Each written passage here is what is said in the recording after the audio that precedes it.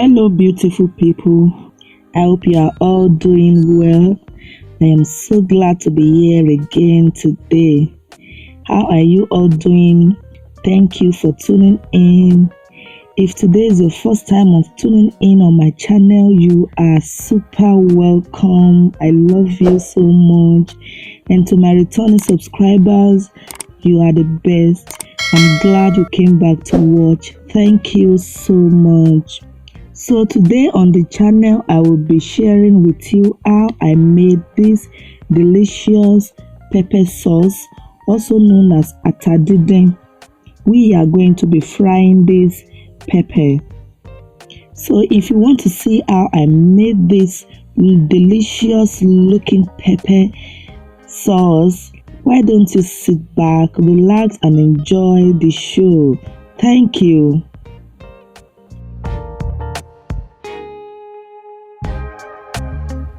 So to begin, I will start by sharing with you all the list of the ingredients.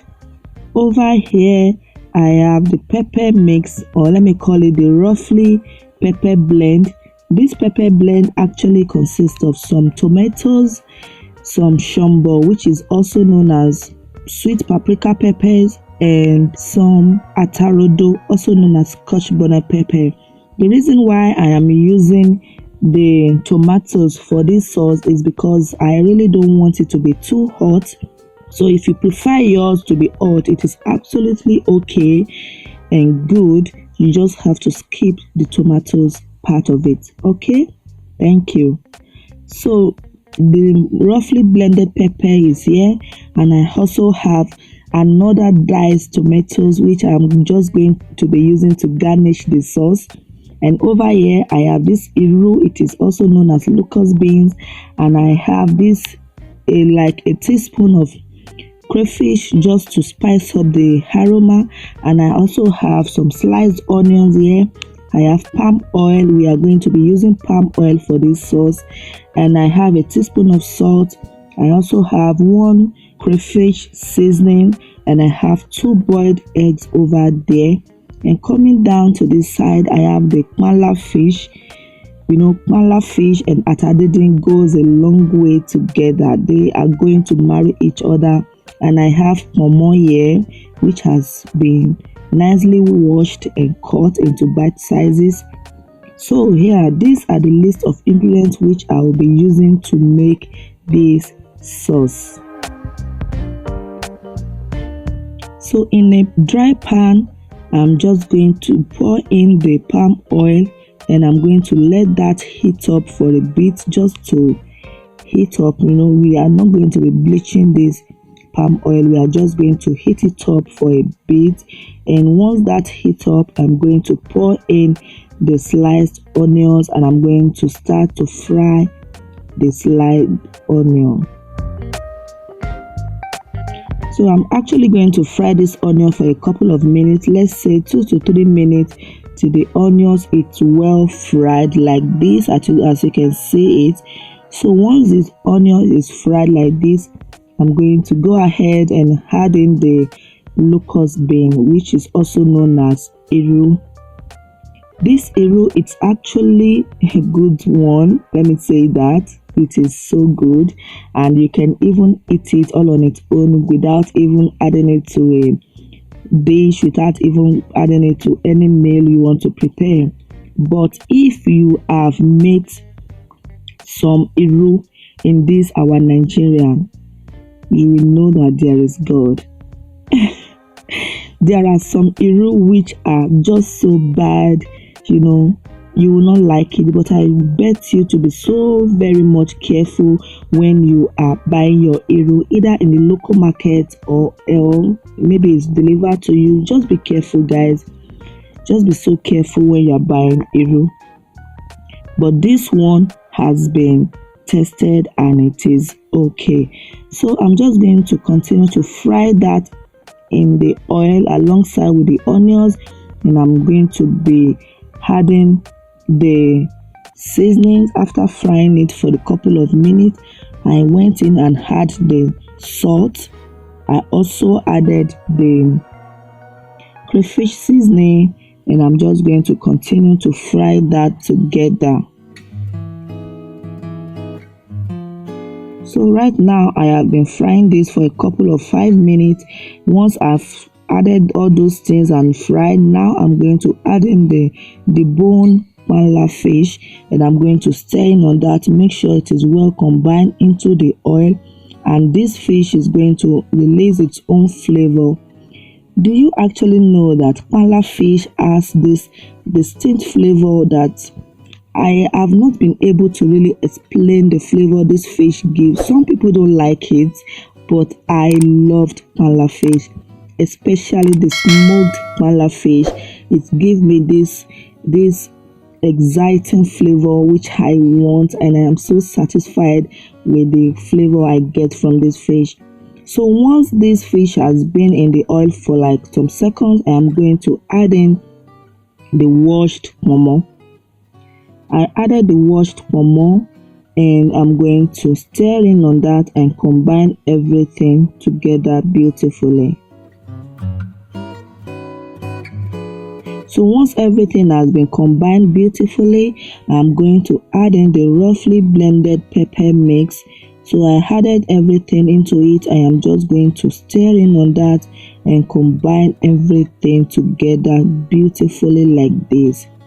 And make sure every part of the pepper is well coated into the oil, and just try to marry everything together beautifully. So once that is done, I am now going to cover the pot and allow this to be cooking all on its own. So I covered it and I left it there. 15 minutes later, I came back to the pot. Why this is been 15 minutes, it's because I have been actually doing this on a medium to low heat. I actually cook on medium heat unless it is stir fries that I have to do on high heat. So I cook on medium heat. If not medium, it would be low. So this has been on medium heat and it's been 15 minutes. I came back and look at that. Everything has been cooking. It has been reducing in size. It has thickened up. I just have to mix everything together, combine it the way I am doing, just to make sure it is not burning, and just to combine it together. Yeah, that's just it basically.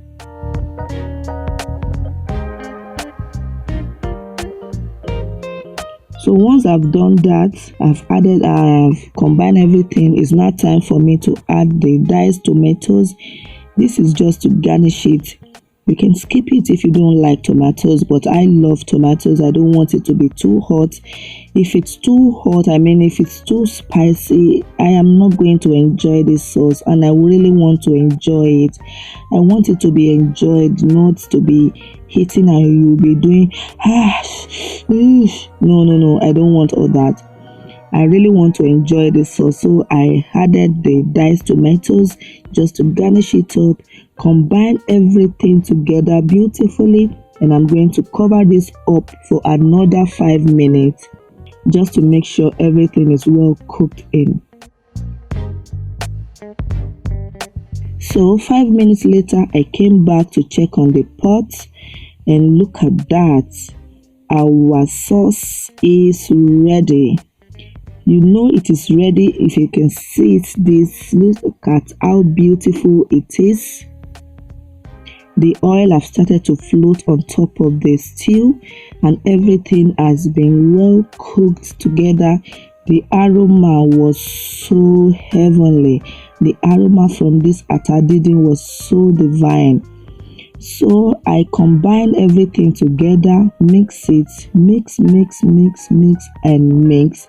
So after mixing everything together, I went ahead to just spice it up with the crayfish, which I showed you earlier. This crayfish is just to bring out the inviting flavor of crayfish. We also used crayfish seasoning. So I just added this teaspoon of crayfish just to brighten the aroma of the crayfish in the sauce, and it was so good. So I combined everything together beautifully like I'm doing now, and after that I also added the boiled eggs. You can skip it if you don't want boiled eggs in your sauce, but it's okay. So I added the boiled egg, cover it up and allow it to simmer for another 3 minutes. So once it's 3 minutes, I went back to open up the pot, and look at that, our sauce is ready. So this is how I made my atadidin. This atadidin was so good, it was so delicious, and it was not too hot. I mean, it was not too spicy. We all enjoyed this atadidin. It was super delicious. I bet you try this out, guys, and let me know what you think. Send me pictures on Instagram at Zoya_affairs if you get to try this out. Thank you all for watching. So today I am just going to be enjoying this over with some boiled rice and plantain, and the sauce was so good and it was so delicious. Let me know if you try this out. Thank you all for watching. I love you all so much.